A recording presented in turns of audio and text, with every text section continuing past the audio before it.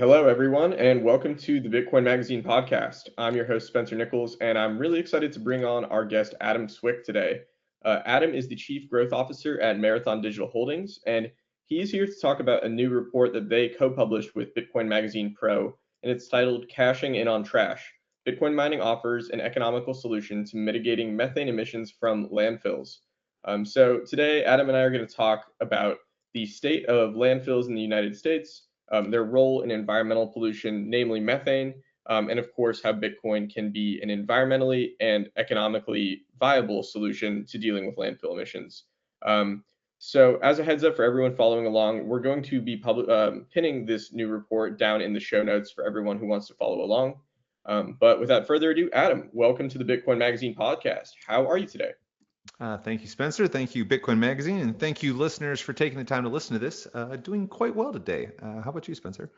Yeah, doing great. Really excited to chat about all this. I myself, used to work in the landfill and waste energy industry. So when I saw this report was published, I was really excited to, dig in. And it's also always great to see more confluence between environmentally minded folks and the Bitcoin industry. As myself, that's something I'm very passionate about. So when Marathon and Bitcoin Magazine Pro collabed on this, I was, very excited to see that happen. Cool. So I think, before we dive into this report that we do have pinned in the show notes, I think it would be helpful for people who might not be familiar with Marathon for you to talk a little bit about what you guys do as a company, and we'll go from there. Certainly. And so, in short, we're here, Marathon Digital Holdings, here to support the development and security of Bitcoin by building the largest, most agile, most sustainable Bitcoin mining business in the world. We are a publicly traded Bitcoin miner headquartered here in the United States, fully decentralized and remote in terms of people. We've grown rapidly since I joined 2 years ago, both in terms of employees, but also more importantly in terms of hash rate. So as of October 1st, which is October 1st, 2023, the last reports we published, we have 23 exahash of installed miners, 19 exahash of operational miners. And so we're talking, if you're from the power side of things, a little over 500 total megawatts. And we are excited about supporting Bitcoin and excited about supporting the energy world, and more importantly, the intersection of those two, which there are tons of potential and possibilities. One of those being landfill methane and a lot of the unique problems that landfill methane has. And the fact that I truly believe Bitcoin mining is a unique solution to that problem, the likes of which has never existed. Yeah, no, that's very exciting, and I can't wait to unpack that a little bit more with you. But I think before we do that, if you could just also share a little bit about your background, what kind of work you're doing at Marathon as their Chief Growth Officer, and then also kind of how you might have found your way into this unique world of Bitcoin and Bitcoin mining. Yeah, definitely. So background, spent some time in some management consulting, in early stage venture capital investing. And the fun thing about both those jobs is it was your job to learn. And it's a very similar example to this. In venture capital, you would walk into a room to hear an entrepreneur pitch about this startup that they were building and so passionate about. And you would often walk in and have not a lot of familiarity with the problem they were addressing, but in quick order, you would learn that this is actually a big problem and you had no idea as a regular citizen going about your day. Very similar to this landfill methane problem. Again, not something until about a year ago that I really started learning about. And you don't realize how big this is or what a great solution Bitcoin mining is until you really start to dig into it. And so looking forward to that. Found myself at Kraken Digital Asset Exchange for a while, which was really, really fun. And then joined Marathon approximately 2 years ago. As Chief Growth Officer, we're looking at things like new site expansion around the globe, where to put sites, how to partner with energy companies, governments, all sorts of fun stuff there. We're also looking at optimizing our existing miners, looking into things like overclocking, underclocking, curtailment strategies, new technologies coming out both on the ASIC side, the cooling side, the energy side. And so we like to call those energize and optimize. And so spend a lot of time on each of those topics. And also just spend a lot of time trying to track down cool new stuff. Hmm. This being in that, yeah, this would technically, I guess, be in the energized bucket, but I'll just also put it in the cool new stuff bucket. Hmm. Yeah, totally agree there. Cool. Well, thank you so much for that background. And I think now, people have an idea of where you're coming from, and where Marathon is coming from when they're exploring Bitcoin mining being integrated into landfill management. We can kind of dive into how to cash in on trash, per the name of the report. So, to start, I think we should just kind of identify the problem at hand, and that is landfill methane. Can you just give us a little bit of an idea of like where this comes from and why it's a problem? Like, how common this is? Like, is this widespread? In just kind of why care about landfill methane to begin with? So the short answer is that every year, over 2 billion metric tons of waste end up in landfills worldwide. It's a simple sentence, but quite frankly, I have not wrapped my head around it yet. I cannot visualize what a billion, what I can't visualize what a ton of waste looks like, let alone 2 billion tons of waste ending up in landfills. And what happens here, which, like I said, I didn't appreciate what a problem this is but the organic matter in this waste breaks down. And as it breaks down, it releases methane. This methane is a potent gas which affects global warming 80 times greater than carbon dioxide.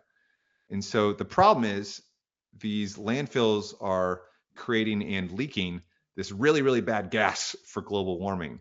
And we have the potential to turn it into a less bad gas of carbon dioxide. To frame this another way, as I tried to wrap my head around it, uh, in the US, municipal solid waste landfills release approximately 4 million metric tons of methane. And so, what is that? That is the equivalent of 66 million gas powered vehicles or about 80 coal fired plants. And so, again, in the US, we're talking about these landfills being the equivalent of 66 million gas powered vehicles. So, this is a lot. Hmm. And again, you talk about methane. Uh, Landfills are about 11% of global methane emissions. So this is not a small cause of the problem. This is substantial. And so that's what we're talking about. Yeah, yeah. Thank you for laying all that out. I mean, it is pretty mind-boggling to think about, first of all, how large of the overall methane emissions profile worldwide that landfills represent. And also, this is a problem that's not going away. I mean, every day, we are creating more landfills, we're putting more stuff into the ground. And I think, just thinking about in here, in the United States where I live, we do have, I guess, relatively strict regulations on landfill management, but around the world, like this is not a problem that's going to slow down anytime soon. But when it comes to like managing, especially this methane, there, in this report, there are three solutions that are kind of outlined, and these are venting, flaring, and waste energy. So I think it would be good for the audience just to walk through and set the stage, like what are those three methane management solutions, and we can kind of talk about the drawbacks and challenges that are evident, and I think that'll lead us nicely into showing why Bitcoin mining will be a nice tool in the toolkit to manage that methane emissions. Yeah, let's hit them in that order from least exciting to most exciting. Least exciting is venting, and so this methane is building up under the ground in the landfill. And so what's the solution? You stick a pipe in the ground and let it out. Problem solved. Super simple to do, but hence the problem. You're just letting this methane out into the world, which A is not good for the world, and B is kind of wasted potential in terms of what you could do this methane. Which then leads us to the second best option that we have, which is flaring. And so instead of just letting this gas into the world, let's light it on fire first. Yes, that is the solution. And it is better because by burning the methane, you're converting around 90% of it to carbon dioxide, which is less bad. But some of the methane still escapes. It is not good for air, noise, light pollution. And again, it's still wasted potential because obviously whenever you're burning something, you could do something with the energy that's being released. Which leads us to your last one, which again is the most exciting, which I'm hoping most landfills will focus on, is this waste to energy idea. And so there's two subcomponents within here: electricity and renewable natural gas. Uh, Renewable natural gas is a better fit for larger landfills. Involves some heavy capital investment, and it's kind of hard to do. And so only worth it if you have a big landfill and kind of economies of scale, at which point you're going to produce renewable natural gas, which you can pipe around and sell as natural gas. Mm-hmm. And then the second component, electricity, is you can put a generator on the methane, and instead of just lighting it on fire, you're effectively lighting it on fire in a generator to produce electricity. And the first thing that comes to mind there is, well, great, I could then produce electricity, but to what end? I'll just sell it to the grid. A lot of complexities there. These landfills are often in the middle of nowhere. You don't have your landfill downtown in center city square. It's often far off because nobody wants to be near the landfill. And so just connecting to the grid may be difficult just geographically because you're not near it. Second of all, grid connection times can be quite long. We've heard landfills trying to produce electricity and they want to sell it to the grid, and they're told, great, we could probably get you connected in 4 to 5 years. Mm-hmm. But regardless, there's the potential to produce electricity. And so you can see where I'm going with this is, if you're not a big landfill that wants to produce renewable natural gas, if you're a smaller landfill out in the middle of nowhere that has the potential to produce electricity, what can you do with it? Great news, Bitcoin mining. Yeah, no, it is really fascinating to think about. Again, like you say, wasted potential, and there is so much of it out there. And like the existence of RNG facilities or natural gas to electricity facilities on these landfills, it raises the question, like, why wouldn't that be everywhere? And I think that kind of highlights why there is differences in landfill management that are very idiosyncratic. And also, it just kind of shows like the ability to sell electricity to the grid to someone that's going to use it is not always a solution for everyone. I mean, in Bitcoin mining does bridge that gap, which is incredibly novel in its own right, which is very cool. But yeah, I think looking at this, like, if you could just unpack a little bit more, why can't we just send all of the electricity from this methane that we combust into the grid? Like, I know, as being from Marathon, that's something you guys are intimately familiar with, this lead time on energy transmission and how that's led to inefficiencies in the grid. But could you help us unpack that a little bit more? Like, why is it that we can't just pipe this RNG or this electricity to wherever it needs to go? Sure. So first of all, geography, like I said, more than often you might be out in the middle of nowhere. And so just logistically being connected to the grid might not be possible. Like, you truly might be out in the middle of nowhere. And so similarly, equally difficult to transport renewable natural gas. If there's not big power lines running to you, what are you going to do? And secondly is that grid connection time, as mentioned, is I am very pleased that I'm not operating the grid, because it seems hard. Balancing that demand, it's again something you take for granted, is the grid is balanced at all times. The amount of electrons going in have to equal the amount of electrons going out. And so as a grid operator, you're constantly dealing with that balance issue. And so when you have a landfill come up to you and say, hey, I'd like to put some more electrons onto the grid, they have to be in a queue with the new solar plants being built, the new wind farms being built, and it's a long list, and it's important to do it correctly. And so you might be told to wait, and this is a problem today that can be solved with Bitcoin mining today. And so waiting is sometimes not an option. And so I'd say those are two of the biggest challenges facing these landfills in terms of why not just sell it to the grid. Is again, it sounds so simple, but when you get into the details, you really can't. Mm-hmm. Yeah, and so I think when you look at the option of why not just sell it to the grid, you've obviously clarified why that's not always a solution. And I think we can kind of invert that and say, why not just mine Bitcoin? And I think that there's this will help us kind of take in the nuance of where Bitcoin mining can be a solution for landfills.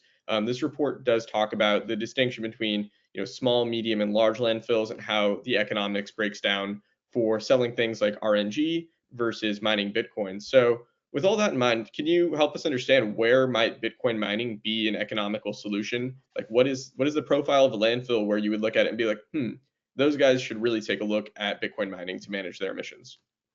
Sure. So if you're a big landfill, over 5 million tons of waste, somewhat near an urban hub with capital, then transparently renewable natural gas might be the best answer for you in terms of both mitigating the methane and producing the highest kind of ROI possible. However, if you're one of the many hundreds of landfills that are located in a remote area with less than 5 million tons of waste, uh, the math will probably not pencil for the renewable natural gas option.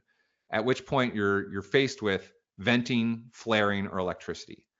And as mentioned, the electricity problem of both geographical difficulty connecting and grid wait times means that Bitcoin mining could be an excellent, excellent answer. To be clear, Bitcoin mining could be an answer for all landfills out there. But when it comes to what your options are, I'll say that large landfills that are near urban hubs have the option of Bitcoin mining or renewable natural gas, but everybody else just has the option of Bitcoin mining because the renewable natural gas, the math just doesn't work. Hmm. Yeah, and so I think to better highlight why Bitcoin mining is a good solution for integrating into these remote landfills, I think it'd be good to highlight what are the technicalities of Bitcoin mining that make it useful in these types of scenarios. I know the report talks about things like modularity and location agnosticism.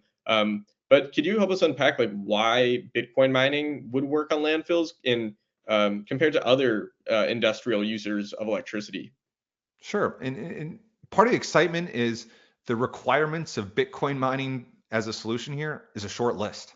We need methane in concentratable enough form to run a generator with it. And there's ways around that in terms of using purifiers to further concentrate the methane. Then you just need a little flat land to, again, the modularity of Bitcoin mining means that we can show up with one Bitcoin miner or a container of Bitcoin miners or several shipping containers of Bitcoin miners. And that's the benefit of it.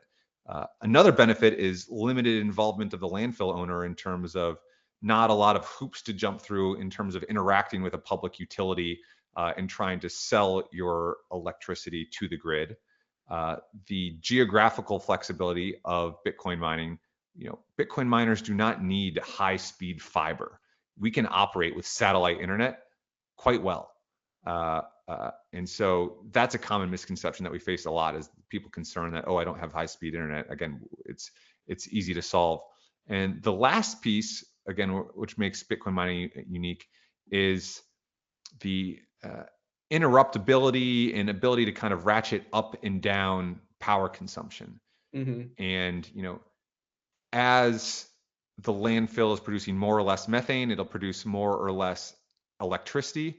And with the evolution of firmware, Marathon has developed its own firmware, allowing us to overclock, underclock, quickly curtail our machines. That means, if there's more methane and more electricity, we can push the machines harder and consume that. And if there's less, we can back down the machines and consume less and maintain that nice balance where it's hard to come up with a different industry that can flex in real time its electricity consumption, plus or minus 10, 20, 30, 40%. So Bitcoin mining really is unique amongst all the potential solutions out there in solving this problem. Yeah, absolutely. I mean, it just leads one to think like Bitcoin mining has these novel characteristics, and that's exemplified by the fact that there is no user of this methane in many places. I want to say around half of methane from landfills in the U.S. is just straight up vented. Like there is no use for it, and it is environmentally detrimental as you've laid out. So I think that goes a long way towards just showing the novelty of Bitcoin, both from a technology perspective, but also the incentive structures as well. Yeah, I mean, it's good for the environment to do something with that methane. It's good for the landfill owner economically to partner with a Bitcoin miner, and it's good for the Bitcoin miner economically, and it's good for Bitcoin because it means more decentralized security for the network. Hmm. Yeah, and I think one of the cool things about Bitcoin mining on landfills too is that Bitcoin miners are modular. You can have one rig out there, or you can have 1,000, and it'll really just be you can design it to fit the needs of that particular system. And then also there is kind of this seasonal variation in methane production from landfills where, at a certain point of the year when it's cooler, there's going to be less decomposition of that landfill material and it's going to produce less methane. And then, you can essentially modulate how much hashing you're doing based on those conditions. So I think that also just kind of highlights one of the unique aspects of Bitcoin miners as energy users that a lot of other industries really aren't able to do, just given the nature of their technology. Um, Yeah, completely agree. And I think it's in those in the seasonality, your initial gut reaction is okay, you can add miners and remove miners. But I think as an industry, we've gotten to a point where firmware on these miners and the ability to overclock or underclock is becoming mhm. really powerful. So you could arguably achieve a lot of that seasonality with exactly that. You can have a set number of miners there, and you could ratchet up or down their power consumption and therefore their hash rate, dependent on how much is coming out. And so, what other industry can consume a lot of this spare electricity out in the middle of nowhere and can increase or decrease their power consumption plus or minus 20, 30, 40% within seconds? That didn't exist, and hence the excitement over this landfill methane problem. I don't think there are other great solutions out there. I think this is kind of a no-brainer, which is why Yeah. it's so exciting. Yeah, absolutely. And I think the novel part of it, I mean, as you just mentioned, but there's kind of this secondary component is that it's a market-based incentive. There isn't a kind of top-down policy impetus being like, hey, you need to use Bitcoin mining in these types of markets. Bitcoin miners, if it makes sense for them, will go. And oftentimes, as you're aware of, like a lot of this is going to be behind the meter renewables. People are looking for wasted methane, and that just aligns very well from an environmental point of view without needing kind of these policy mechanisms in place. But that being said, we're talking about where Bitcoin mining on landfills makes sense. And there is kind of a policy and regulatory framework in the US where they're trying to clamp down on methane emissions. And so I'm curious if you have any thoughts on how, there's I believe, an order from the White House that came out in around 2021. They were like, hey guys, we got to take a look at large landfills. We got to reduce our methane emissions there. So I guess that kind of leads me into, you know, how important is the policy framework for incentivizing mining to happen on landfills? And yeah, I guess we'll just start with that. It certainly helps. I think, as with most things Bitcoin mining, arguably one of the biggest issues we're facing is just adoption and education. And so having the White House or other government officials point out the problem will cause a lot of people to look for a solution. And as they're looking, I hope that they come across Bitcoin mining and realize what a great potential solution it is. And policy in this case, I think only helps Bitcoin mining potentially be adopted quicker. The way that I like to oversimplify it to people is, if the government is telling you in your landfill that you have to start mitigating your methane emissions, you have two options. You could spend your own money to become compliant with this government rule, either by whatever you do, flaring or trying to sell electricity. So you could pay to become compliant, or a Bitcoin miner could show up and pay you to be compliant. It's turns it on its head. It goes from this sudden fear of, oh goodness, I have to deal with this regulation, I'm going to have to spend money, to wait, this is an opportunity. I can actually make money by partnering with a Bitcoin miner. And a side piece of that is that I happen to become compliant and hugely reduce my methane emissions. Hmm. And so I think policy helps, but I think, again, the policies seem to be focused on some larger landfills. And I think I get the sense from conversations that some of the smaller landfills are still proactively thinking about it. A, because of the upside of, again, revenue potential from Bitcoin mining, but B, because, again, they sense that regulation is coming, and so might as well get out ahead of it. Hmm. Yeah, and so like when you're having these kinds of conversations, I'd be curious, like, what has the interest level been if you're speaking directly with landfill operators, and then kind of extrapolating out from that, like, what kind of scale do you think Bitcoin mining on landfills can reach? Is this going to be a niche application, or is this going to be, you need this if you want to compete in that marketplace? Where do you see both of those pieces coming in right now? Yeah, conversations with landfill owners they have an appetite to learn, and they're learning much more quickly. Uh, I think hearing the word Bitcoin mining can cause a lot of people to just kind of shut down and think cryptocurrency and maybe things they've read in the headlines. But instead, focusing on the problem that the landfill owner is facing and the solution, again, almost at times not even mentioning the word Bitcoin. I exaggerate, but basically saying, hey, you've got a methane problem. We've got Hmm. a methane consumption solution problem that happens to produce money. To oversimplify for people. And I think they're getting that. And then they start to ask the questions, and then the idea of Bitcoin becomes introduced. And so I think word is spreading. And I think reports and hopefully this podcast helps to do that. And that people are understanding that this is a potentially exciting solution. You know, different eras we've gone through in the Bitcoin mining world, starting with hobbyists in their garage to then big industrial, 250 megawatt behind the meter solar farms. This is different than that. As mentioned, the ideal landfill is probably less than 4 megawatts of power. And so this could be hobbyists doing it. But in terms of best practices, this is where Marathon's trying to lean in terms of, when you have a 250 megawatt site, it makes sense to have a team there 24/7. If you have a 1 megawatt site, that sometimes doesn't make sense. And so that it presents some unique challenges having these things in remote areas, being able to service them. And so there is a world where you need some special skills to do this at scale. Marathon's focused on building those special skills. So, this has the potential to be big by doing a lot of landfills, but each individual landfill is going to be Hmm. small.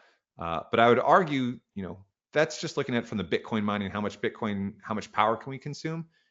From an environmental standpoint, this is incredibly exciting because the impact you're having by mitigating this methane is huge. And so from that standpoint, it's a massive potential. Uh, and for both those reasons, we're excited. Yeah, absolutely. And I guess I'm be really curious to hear like what was the impetus behind this report? Like why write it now? I mean, people like Daniel Batten, who you cite in the report, have been talking about the importance of mitigating methane emissions on landfills. Many others in the Bitcoin space have as well. So why is Marathon looking at this particular issue at this point in time? Yeah, no, Daniel's great. He was one of the first people that put it in my head of, this isn't just this is the potential for Bitcoin to be a carbon negative blockchain.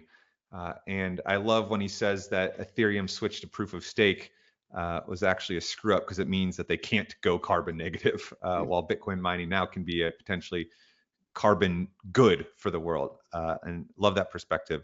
And I think it was a combination of things. I think it was a lot of exciting perspectives like that coming together right now. I think it was Marathon really focusing and investing in technology innovation and what's next. And quite frankly, selfishly, as you're having these conversations, you know, it's one thing to talk to a landfill owner. It's another thing to like talk to a landfill owner and be like, hey, here's something that explains it a lot better than I can ever explain it. Hmm. And hopefully that's what this report does. Is very clearly outlines this, and hopefully word will spread, and hopefully all of this methane can be mitigated in a much shorter time frame through the publication of this report, rather than news slowly trickling and getting out there. Hmm. Uh, I Yeah. hope. And I will say this report like doesn't bite off more than it can chew. It's very easily digestible. Like, it lays out here's the problem, here's how we've managed it, and here's why this is a better solution for certain places. And it identifies those things, those locations for that solution in a very straightforward way. So I think that you guys have done a good job of kind of tailoring this message for the people that it's aimed at, which I'm very excited to see, as further conversations around this evolve, where that goes. I Um, hope so. yeah, and I guess, has this report gotten any response that you've noticed so far? I mean, I know people in the Bitcoin space have been talking about it, but is there anyone outside of, the Bitcoin nerds that are, appreciating this report for what it is? Yes, no, it's like I said, it's generated a lot more exciting conversations, and we have more people reaching out to learn about it, to ask follow-up questions, to ask us to explain it. Hopefully, listening to this could be another potential solve for that. So it's caused people in the landfill and energy space, I think, to lean in and want to start learning more. I think it's caused people in the Bitcoin and Bitcoin mining space to get excited and clarify a lot of the excitement of why this is exciting. As with most things, you hear a lot of people on Twitter mention it, but sometimes it's hard to put together all the pieces. And so that was another rationale for this report: is here it all is in one place, super digestible, visual, easy to understand. And so I hope that's the biggest goal of the report, is just getting more people excited. And reception I've seen in the online world and in the real world and phone calls we're having every day, it seems to be working. Of course, I always wish it was more, but this report's definitely helping. Great. Very glad to hear that. And I have two more questions for you. But like, if say I were somebody actively working in the landfill industry still, what would you say to me after having written this report? Like, what's your elevator pitch to somebody that has not yet explored Bitcoin mining as a solution for methane mitigation? Yeah, I think in short, it's exactly that. As mentioned earlier, is hey, with your methane emissions, do you want to pay to be compliant, or would you like to be paid to be compliant and reduce those methane emissions? That's the short pitch. And if you'd rather be paid to mitigate your methane emissions, then you should look into Bitcoin mining uh, using your landfill methane, or you can pay to be compliant and deal with a lot of the mess yourself. And so hopefully people hear that message. Hopefully people that read the report, hopefully people start to think about this more, and hopefully people reach out to Marathon or others to put this into action. Again, this is something we can do. This isn't some white paper of something that might be possible 10 years from now. This is something we can do today. Hmm. The tech, we have the technology. Yeah. And so this is, I hope it accelerates the learning, because again, if every landfill in the world read this and decided to do it tomorrow, we could. Hmm. And again, that would be huge for the environment. That would take that, what was it, 10% of global methane emissions, and hopefully bring it down to much, much lower. So Hmm. that's my hope. Yeah, no, very, very well said. And to kind of take this conversation into a more forward-looking avenue, I'd love to understand, where you think the mining industry is going to go, as far as energy mix and the types of operations that are going to be predominant. Like you've said, Bitcoin mining has gone through these different epochs, just as Bitcoin has, in terms of going from hobbyists to large industrial mines. And then, you mentioned that, it might even go disperse a little bit into these smaller, methane, or sorry, these smaller landfills that are distributed. So yeah, what is the overall trend you're seeing in the mining industry, or as Marathon sees it? I think the short answer is there's more and more options out there, which is good. More options, more decentralization, and decentralization in every sense of the word. Decentralization in terms of geographic and where this is. Decentralization in terms of where the actual electrons are coming from is good. Decentralization in terms of who's doing the mining is good. Uh, that's the overall trend. Mm, Thinking about speaking as a public miner, the things that we care about are obviously making sure we have some of the lowest operating costs and most efficient operations out there, so that we have the agility and optionality to continue to mine and secure the Bitcoin network under any conditions, Bitcoin price conditions or global hash rate conditions. And so landfill methane, I think, is a great way to lower your operating costs, because again, this methane would otherwise just be lit on fire. And so hopefully, on paper, you can get this for much cheaper while doing a greater good for the environment.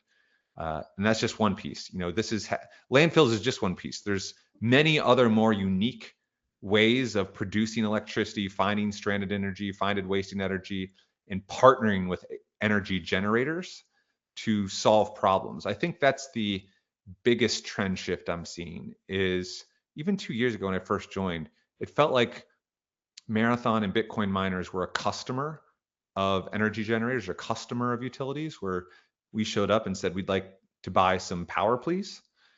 Whereas today we're being viewed more as a partner or an instrument, or a tool.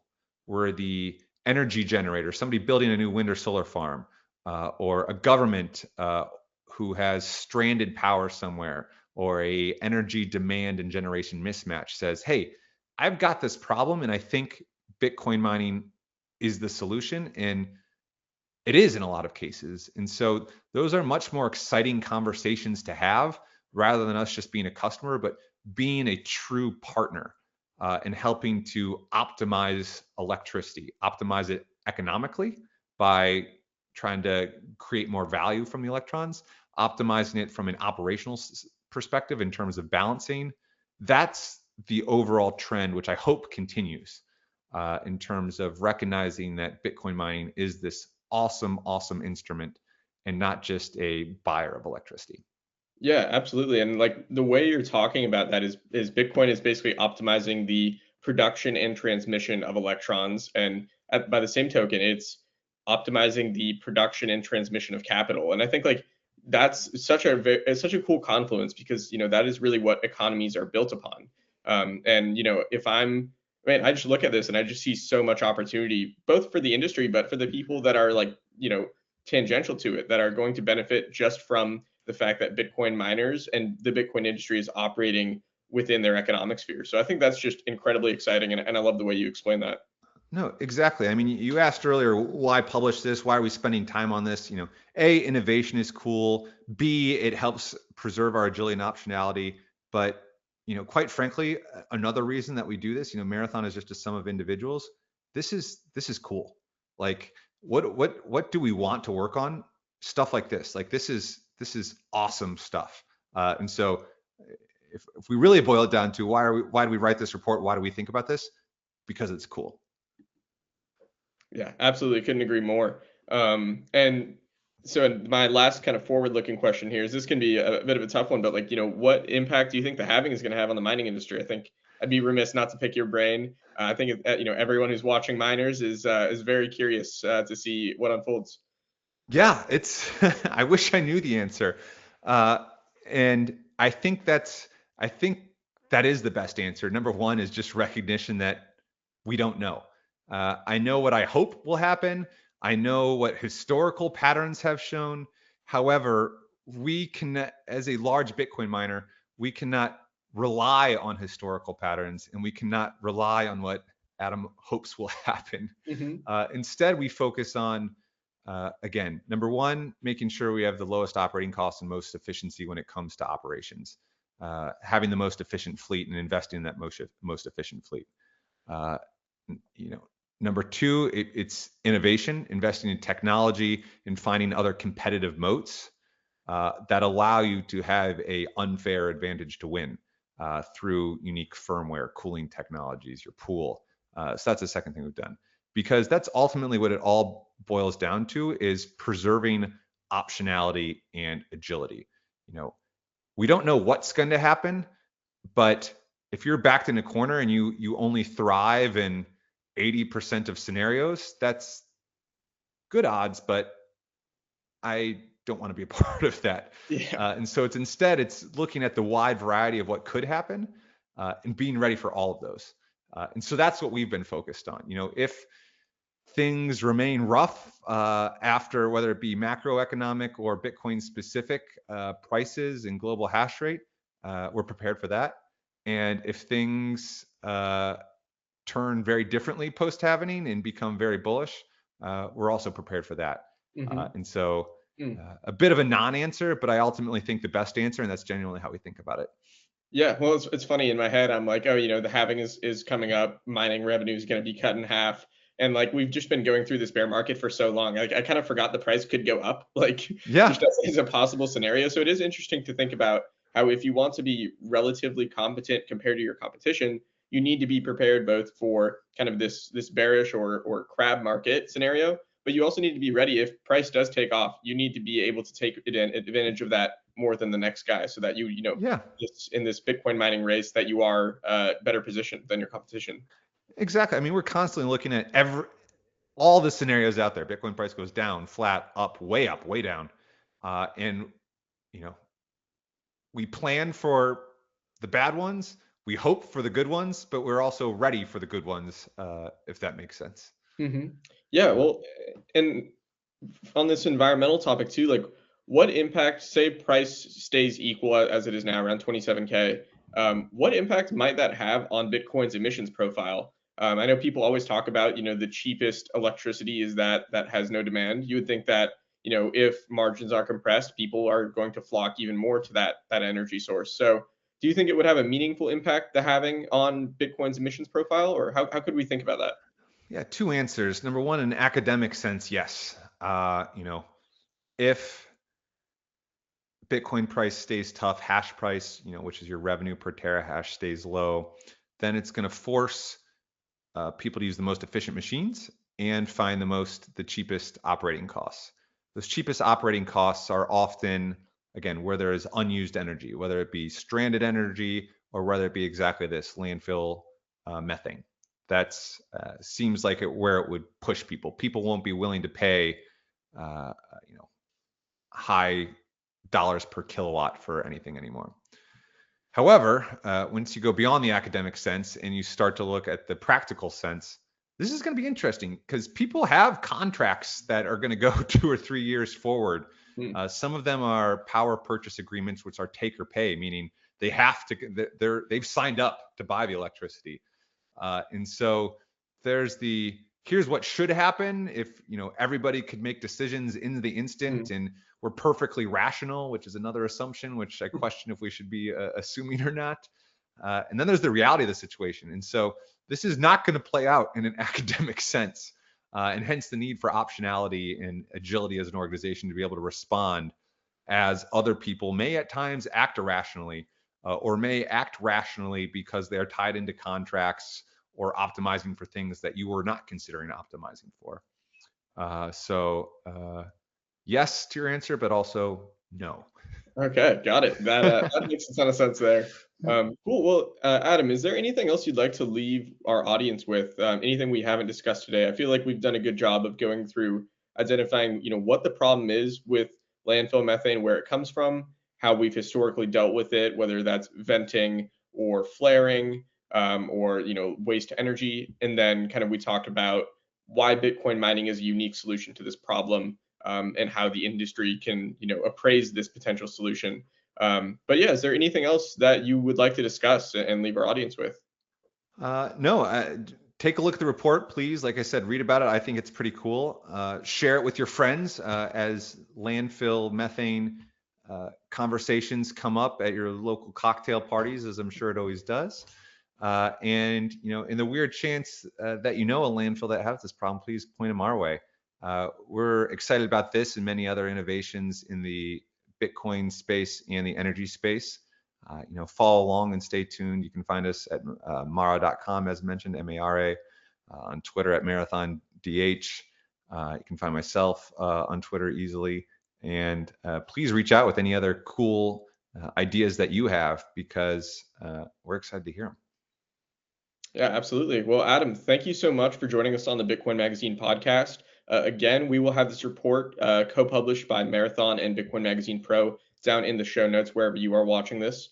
And again, appreciate you taking the time. This was fascinating, and we look forward to seeing what may arise from the collaboration between Bitcoin miners and landfill operators. Should be exciting stuff. Yes, thanks, Spencer. And more importantly, thank you to everybody that took the time to listen. Absolutely. Cool.